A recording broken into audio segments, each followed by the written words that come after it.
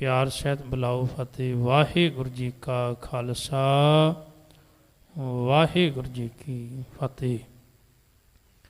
जाप साहिब दी पावन बाणी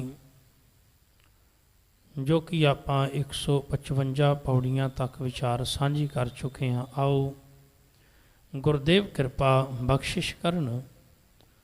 पौड़ी नंबर 156 तो विचार अज आप आरंभ करनी है। आरंभता करने तो पहला रसना पवित्र करिए, प्यार नाल उच्चारण करो। सतनाम श्री वाहिगुरु साहिब जी। के सरबुल गवन है हमें सुलरवन है, तमामुल तमीज़ है समस्तुल अजीज़ है। धन गुरु गोबिंद सिंह महाराज उस परिपूर्ण परमात्मा परमेश्वर नूं ये वचन कह रहे हैं कि हे अकाल पुरख परमात्मा के सरबुल गवन है, सारियां तक तेरी पहुँच है। जगत दे अंदर किसी दी पहुँच किसी तक होंदी है। कोई मनुख आखता है भी मेरी पहुँच तहसीलदार तक है, कोई कहता मेरी पहुँच पटवारी तक है, कोई कहता थानेदार तक है, कोई कहता मेरी SP तक है, कोई DIG तक है, कोई कह रहा मेरी पहुँच तो मुख मंत्री तक है, कोई कहता प्रधानमंत्री तक मेरी पहुँच है। पर अकाल पुरख परमात्मा की पहुँच वेख कित्थों तक है।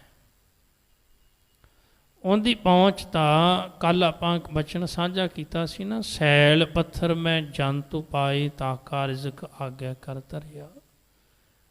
उनकी पहुँच तो वो पत्थरों में कीड़े ने ना, उतों तक भी है।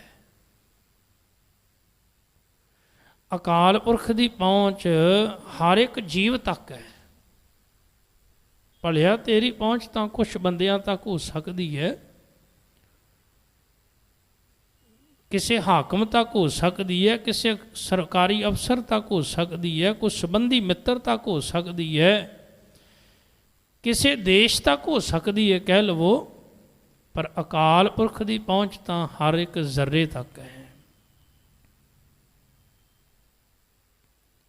उनकी पहुँच वेखनी है तो कलगीधर महाराज पातशाह जी तो पुछो तो साहब रोजाना ही बाणी अंदर किरपा करते हैं कि वो मालक की पहुँच घट घट के अंतर की जानत, भले बुरे की पीर पछानत। हर एक दे अंदर तक उनकी पहुँच है। तो फिर महाराज ने होर बड़ी वड्डी गल की थी। कलगीधर महाराज आखते ने उनकी पहुँच वेखनी चाहुंदे तो साहब आखते ने भलिया चीटी ते कुंचर अस्थूला, निक्की जी कीड़ी तो हाथी तक उनकी पहुँच है। तेनू नहीं पता भी कीड़ी नूं की चाहिए, कीड़ी दे मन की मनशा की है, उनके अंदर की ख्याल चल रहा है, किधर नूं वो जा रही है, किधर नूं ने जाना है, तेनू नहीं पता, अकाल पुरख नूं पता है। उत्ते कीड़ी तो लैके हाथी तक उनकी कृपा वरत रही है, पहुँच बड़ी तकड़ी है। अच्छा सच गल वेखो किड्डी कमाल दी। बंदा कहता मेरी पहुँच वेखो कित्थों तक है, इनकी पहुँच बाहर तो बहुत है पर अपने आप तक इनकी पहुँच अजे तक नहीं हुई। इनू ये नहीं पता भी मैं की चीज़ हाँ। इहदे अंदर ही बैठा मालक, बाहर नहीं है। ये कहता मैं चन्न तक पहुँच गया, मैं समुंदर की गहराई तक पहुँच गया, मेरी पहुँच इन्नी तक, मैं मंगल तक मेरी हुण पहुँच हो गई है, इस तो अगे दी तैयारियां ने हुण। पर जिहड़ा इस ब्रह्मांड नूं सिरजण वाला है वो इहदे कोल है, उत्थों तक इहदी पहुँच नहीं। वेखो और एक गल याद रखना, जिंदी पहुँच जिदन गुरु राही अपने अंदर बैठे परमात्मा तक हो गई, फिर उन्होंने बाहर किसी पहुँच की लोड़ नहीं, उन्होंने सारी सृष्टि ब्रह्मांड अपने अंदर ही नज़र आ जाएगा। जो ब्रह्मंडे सोई पिंडे, जो खोजे सो पावे। हुण भलिया तेरी पहुँच किसे तक होवे ते एक सीमित है, पर एक गल याद रखी, जिंदी पहुँच रब तक है उन्होंने दुनिया दे विच किसी की मुथाजी करन दी लोड़ नहीं पैंदी। हुण गुरु महाराज पातशाह जी आते ने भी भलिया रब तक तेरी पहुँच किवें बनेगी। ते गुरु ग्रंथ साहिब की बाणी पढ़ते हैं, आप जी ने सत्कारयोग भाई साहब पासों गुरु तेग बहादुर महाराज की वडियाई श्रवण की थी। हुणे महाराज का प्रकाश भी आने वाला है। तो सतगुर सच्चे पातशाह जी के पावन सलोक आप पढ़ते हैं तो एक बड़ा प्यारा बचन आता है गुरुदेव दास साहब आदि ने, कोटन मैं नानक को नारायण जे चीत। करोड़ां विचों कोई एक है जिंदी पहुँच मालक तक है। करोड़ां विचों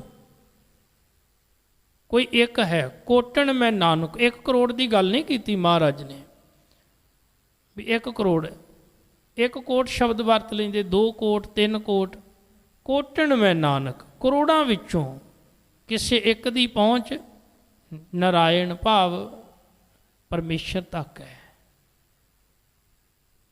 उन्हां करोड़ां विचों विरला किहड़ा, भगत कबीर साहब वर्गे, भगत रविदास साहब वर्गे, गुरु महाराज आप समर्थ ने, कई गुरसिख ने जिन्हां ने ये अवस्थावां हासिल कीतियां ने। करोड़ां विचों के विरले ने। हुण जिन्हां दी पहुँच मालक तक हो गई, किवें बनी पहुँच भला? महाराज सानू रोज़ ये बचन समझाउंदे ने, भलिया जे तू दर ते आ गया फिर घर तक भी पहुँच जावेगा। अजे तू दर ते आउणा पसंद नहीं करता। बहुत घट ऐसे सत्संगी ने जिहड़े दर तक आउंदे ने। दर दा अर्थ की सी? गुरुद्वारा। गुरु दा द्वारा ही असल विच रब दा दर है। दर दा मतलब हुंदा दरवाजा। ते जिन्ना चिर बंदा दरवाजे राहीं घर दे अंदर एंटर नहीं हुंदा, वो घर तक पहुँच नहीं सकता। हाली तो असी दर ते नहीं पहुँचे। महाराज आदि ने गुरु द्वारा होए सोझी पाई सी, तेनों उहदे घर दी सोझी आउणी सी गुरु दे दर ते आके। तू गुरु दे दर ते जाण लई तैयार नहीं, तू दर ते ही नहीं आया, दरवाजे तक ही नहीं पहुँचिया, ते घर दी तेनों सोझी की मिलनी सी। फिर तू दर ते भी जे किते महाराज ने किरपा कर ही दिती, तू उहदे दर ते भी आके केवल संसार दीयां गल्लां ही करदा रहा, संसार दे पदार्थां तक सीमित रहा, उहदे घर दी गल तू कीती नहीं। गुरु ते कहिंदा सी आ मैं तैनूं उहदे घर दी गल दसां। आपां पाठ करदे हां, रहरास साहिब दा हुणे पाठ कीता है, बड़ा प्यारा एक बचन आया सामने पाठ करदियां गुरु महाराज आखदे ने, सो दर तेरा केहा, सो घर केहा, जितबै सर्ब संभाले। तेरा दर किन्ना कमाल दा, तेरा घर किन्ना कमाल दा। अगे फिर महाराज ने बख्शिश करती, कह लगे वेख किवें अग पानी हवा तेनों गा रहे ने, धरती कायनात जीव जंत तेनों गा रहे ने, सारी सृष्टि तेनों गा रही है। किन्ना कमाल दा घर होवेगा। उहदे घर विच सदा ही रौनकां लगियां हुंदियां ने, उहदे घर विच सदा ही खुशियां ने, उहदे घर विच सदा आनंद है, उहदे घर विच सदा खेड़ा है। ते दुनिया दा हर एक बंदा चाहुंदा भी ये चीज़ां मैनूं प्राप्त हो जाण। अच्छा, गुरु ते चाहुंदा है भी आ भलिया मैं तेरे हिरदे विच ही तेनूं दर्शन करा दियां उस घर दे, पर पहलां दर ते आ। धन कलगीधर महाराज बड़ी किरपा करते हैं, क्योंकि भलिया उहदी पहुँच सारियां तक है, पर उहदे तक पहुँच किसे किसे दी है, हर किसे दी नहीं। गुरु तेग बहादुर महाराज ने आखे ना, कोटन मैं नानक को, करोड़ां विचों किसे दी पहुँच। बाकी संसारक पदार्थां तक पहुँच बंदे दी हुंदी है, क्यों उहदियां मंगां ही संसारक हुंदियां ने। तां धन ने जिन्हां दी पहुँच मालक तक हो गई, मालक ते हर तक पहुँचिया होया ही, उह किसे तो दूर नहीं है, सारियां दे नेड़े है। कि सरबुल गवन है हमेशुल रवन है। रवन दा अर्थ भी रमिया होया, लीन, सारियां विच लीन है वो, क्योंकि सारियां विच उहदी जोत है, सारियां विच उहदा वासा है। तमामुल तमीज़ है, तमीज़ दा अर्थ हुंदा पछाण, उन्हों सारे जीवां दी पछाण है। सानू तो कुछ कु संसार के जीवां की पछाण जिन्हां नाल साडा संबंध है, पर रब नूं हर एक जीव की पछाण है। वो कहंदा इनू भी मैं जानना, इनू भी मैं जानना, इनू भी जानना। रब तो सारियां नूं जाणदा है, सारियां दी इहनूं पछाण, इस करके सब की संभाल भी करदा है। साडी जिहदे नाल पछाण हुंदी बस उहदे नाल ही साडा वास्ता है, बाकी इन्हां तैनूं जाणदे नहीं। पर रब तो सारियां नूं पछाणदा है, इस करके सारियां दी संभाल भी करदा है, सबना दा ख्याल भी रखदा है। समस्तुल अजीज़ है, अजीज़ दा अर्थ है प्यारा, इस करके रब सब दा प्यारा है, तो रब सब नूं प्यार करदा है, क्योंकि सब नूं जाणदा है। असीं जिन्हों जानते हैं उन्होंने प्यार करते हैं, जिंदी नाल साडी पछाण है उन्होंने प्यार करते हैं। रब तो सारियां नूं जानदा है, इस करके वो सारियां नाल प्यार करदा है। तो वेखो कमाल की गल बाणी विच महाराज ने आख्या, जिहड़ा फिर रब नूं प्यार कर लग जांदा फिर सारियां नूं प्यार कर लग जांदा।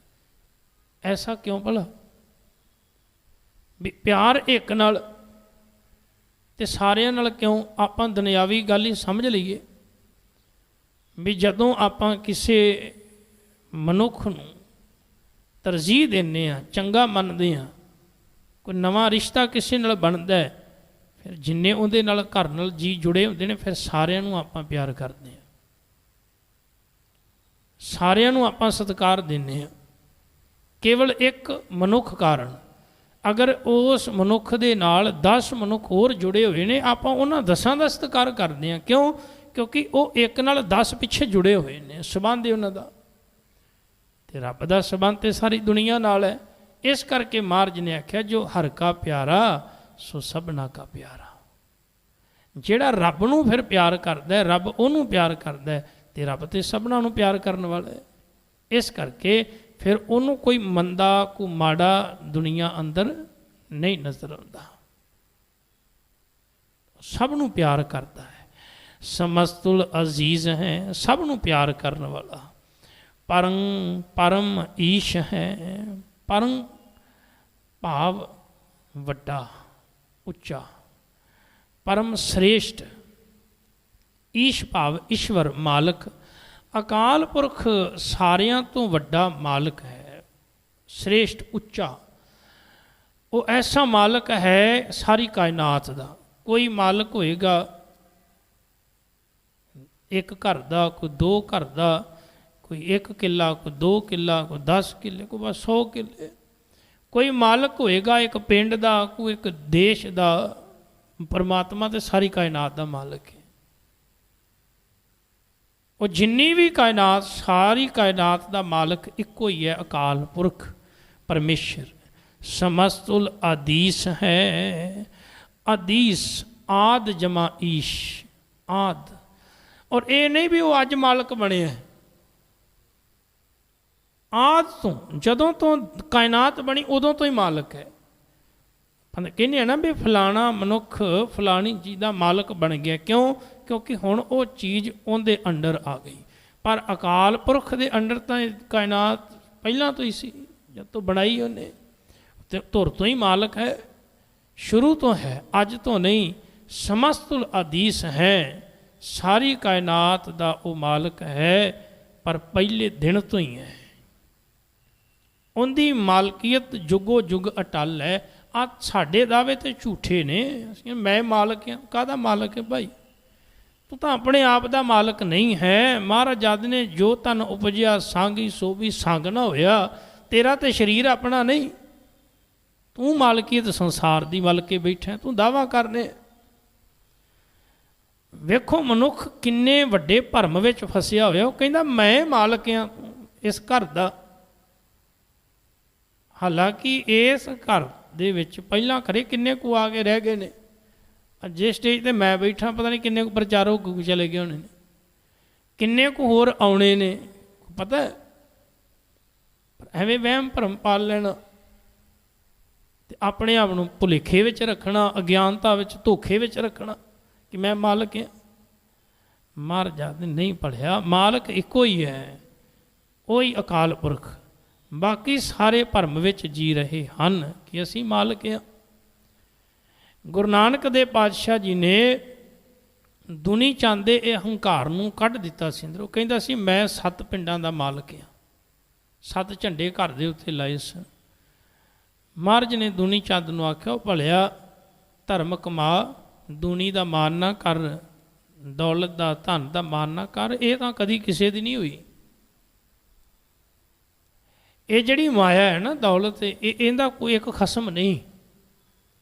ये तो अज अपने खीसे च कल किसी होर कोल होवेगी।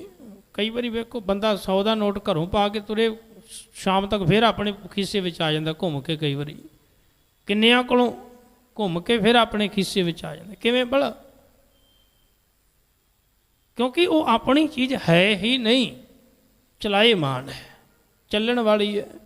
खरे किन्नियां कोल जाऊगी। ਜਿਹੜੀਆਂ ਚੀਜ਼ਾਂ ਦੇ ਦਾਅਵੇ ਅਸੀਂ ਕਰਦੇ ਹਾਂ ਉਹ ਝੂਠੇ ਨੇ। ਉਹ ਪਹਿਲਾਂ ਕਿਸੇ ਕੋਲ ਹੁੰਦੀਆਂ ਸਨ, ਸਾਡੇ ਕੋਲ ਅਸੀਂ ਉਹਨਾਂ ਨੂੰ ਸਾਂਭ ਕੇ ਰੱਖਦੇ ਹਾਂ, ਫਿਰ ਸਾਡੇ ਪੁੱਤਰ ਪੋਤਰੇ ਉਹਨਾਂ ਨੂੰ ਸਾਂਭ ਕੇ ਰੱਖਦੇ ਨੇ, ਫਿਰ ਅੱਗੇ ਹੋਰ ਸਾਂਭੀ ਜਾਂਦੇ ਨੇ।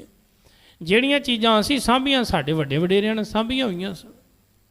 ਆਹੀ ਚੱਲ ਰਿਹਾ ਚੱਕਰ ਦੁਨੀਆ ਦਾ, ਔਰ ਦਾਅਵੇ ਕਰੀ ਜਾ ਰਹੇ ਹਾਂ। ਮਹਾਰਾਜ ਕਹਿ ਰਹੇ ਨੇ ਭਲਿਆ ਮਾਲਕ ਇੱਕੋ ਹੀ ਹੈ ਸੰਸਾਰ ਦੇ ਵਿੱਚ, ਉਹ ਅਕਾਲ ਪੁਰਖ ਹੈ, आदेशुल अलेख है, वो देश रहत है। ये भी गल सच है, उनका कोई एक देश नहीं, सारे देश उनके ने। अलेख है, लेखिया तो रहत है, उनका कोई लेखा नहीं है, कोई जोखा नहीं है। हमेशुल अपेख है, पर ये उनकी खूबी है, वो हमेशा ही किसी भेख तो रहत रहिंदा है। कोई पहरावा नहीं बनाउंदा, कोई दिखावा नहीं करता, दिखावियाँ तो रहत है। जमीनुल जमा है, जमीनुल भाव जमीन धरती, जिन्नी भी धरती है, जमा आसमान आकाश है, जमी तो लैके जमा तक उनका ही राज भाग है। वो ही है मालक बस। धरती तो आकाश तक उनकी मालकीयत चलती है भाई। अमीको ईमा है, अमीक, अमीक का अर्थ है वड्डा डूंगा। ईमा ईमान वाला, वो बड़ा वड्डा ईमानदार है, ईमान वाला है। उस वर्गा ईमान रखण वाला कोई नहीं, वो कभी धोखा नहीं किसी को देता। रब की यह खासियत है, तां ही गुरु महाराज आखदे ने भी रब नूं ही मित्र बना, रब नाल ही सांझ पा, वो तैनूं धोखा नहीं देवेगा, किसी भुलेखे विच नहीं रखेगा, किसी भरम जाल विच नहीं रखेगा, बल्कि वो तेनू सच ही जिहड़ा है दसेगा, तेरी असलियत ही बयान करेगा। करीमुल कमाल है, करीम का अर्थ है बख्शंद, बख्शिशां करने वाला। कमाल अकाल पुरख परमात्मा जिहड़ा है ना, वो बख्शिशां, कमाल वड्डी बख्शिश करने वाला है, वड्डियां रहमतां करने वाला है। कि जुरत जमाल है, जुरत का अर्थ होंदा दलेरी, बहादरी, वीरता। जमाल भाव सुंदरता। अकाल पुरख की बहादरी उनकी सुंदरता है, उनकी वीरता ही उनकी सुंदरता है, उनकी ताकत ही उनकी सुंदरता है। उनके वर्गी ताकत किसी को, लोग उनके को ताकत मंगते हैं, वड्डे वड्डे योधे महाबली ताकतवर अरदासां करते हैं, महाराज सानू शक्ति दे, सानू बल दे, सानू ताकत दे। वड्डे वड्डे राजे महाराजे ताकतवर भखारी बन के बैठे ने, दर ते मंगते बन के बैठे हुए ने। राज भाग दे मालक भी उहदे दर ते मंगते हैं। तो इहदा मतलब यह है कि उनके वर्गी ताकत वीरता किसी को नहीं, वो समर्थ है, उनकी ताकत अगे सारी दुनिया झुक जाती है, वड्डे तो वड्डे बादशाह भी झुक जाते हैं। तो रहमत कर रहे हैं कलगीधर महाराज। परमात्मा की सुंदरता की, उनकी वीरता, उनका बल, उनकी ताकत वेखो किड्डी कमाल दी है। महाराज ने एक बचन बड़ा प्यारा किया है, सहबाद ने भलिया वो अकाल पुरख परमात्मा जिहड़ा तत्तां नूं मिला के सृष्टि बना सकता है, की कुछ नहीं वो पैदा कर सकता। खाक नूर करदंग आलम दुनियाए, जिन्हें खाक मिट्टी ते नूर जोत नूं मिला के ये दुनिया जहान रच दिता। किसी को है ताकत को बना के विखावे? मिट्टी दे लख बर्तन है पर जान पा के विखावे विच। मिट्टी की मूर्ति बना के बंदा रख दिंदा, जिंद पा के विखावे विच। रब ने बनाई विच जिंद बना पा दी उन्हें। वो मिट्टी की जिहड़ी मूर्त है, माटी एक अनेक भांत कर साजी साजन हारे। मिट्टी के पुतले बोल भी रहे हैं, खा भी रहे हैं, चल भी रहे हैं, काम भी कर रहे हैं। पर बंदा बना के मिट्टी का पुतला जिंद पा के विखावे, किसी विच इन्नी समर्था है? सहबाद ने खाक नूर करदंग आलम दुनियाए, इन्ना ही नहीं भलिया उन्हें तो कमाल दियां चीज़ां रच दित्तियां। आसमान ज़मी दरख्त आप पैदाइश खुदाए, उन्हें आसमान धरती दरख्त पानी सागर पैदा कर दिते, बना दिते ने। एडी वड्डी ताकत का वो मालक है। फिर ताई तो उनकी वखरी सुंदरता है कि अचलंग प्रकाश है। उनका प्रकाश, उनकी जोत अचल है, डोलदी नहीं। संसार दीयां जोतां बुझ जांदियां ने, हवा का झोंका आवे ते बंदा बचा बचा के रखदा, ढक ढक के रखदा। परमात्मा की जोत अचल है, वो कभी भी बुझदी नहीं, जुगो जुग अटल है, डोलदी नहीं। कि अमितो सुबास है, सुबास का सुगंधी अर्थ है, सुबास का सुगंधी।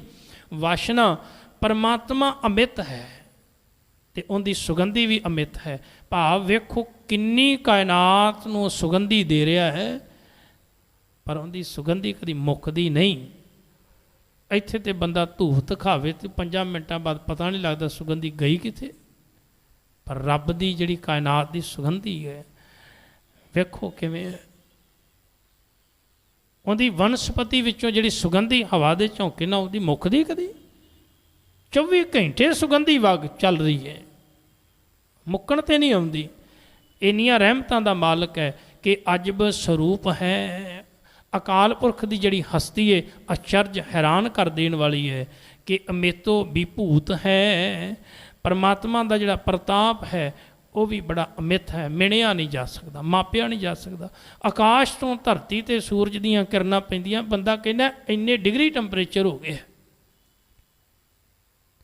शरीर के अंदर का तापमान मिणिया जा सकता है, बाहर वाला ताप मिणिया जा सकता है।